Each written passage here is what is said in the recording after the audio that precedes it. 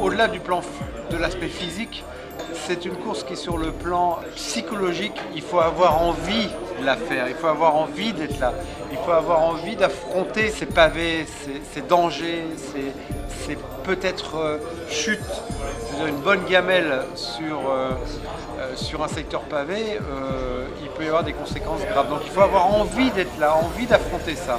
Et c'est pas donné à tout le monde. Nous, dirigeants, ça veut dire aussi qu'on est responsable de nos gars. Ce sont des enfants, entre guillemets. Et il m'est arrivé dans le passé d'en récupérer à l'hôpital avec des complications. Enfin voilà. Donc voilà, on a peur un peu pour eux. Donc on espère, au-delà du résultat, au-delà de la bonne performance, on est inquiet, on a un petit peu peur qu'une chute puisse avoir des conséquences graves. C'est quelque chose qu'on ne doit pas montrer aux coureurs. On ne doit pas les inquiéter avec ça. Ils sont suffisamment inquiets avec autre chose. Mais nous, ça fait partie de nos inquiétudes.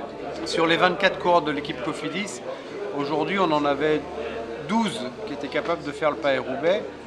On en sélectionne 8 évidemment. Je dirais qu'il faut être charpenté, robuste, costaud.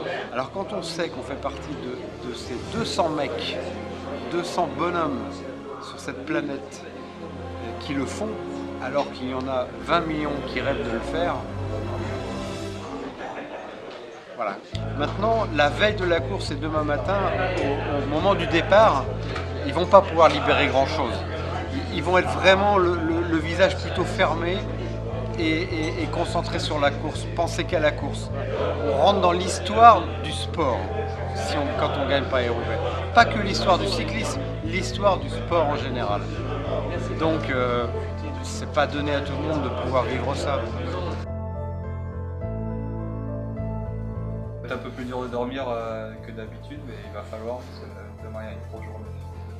Bonne nuit. Allez, bonne nuit.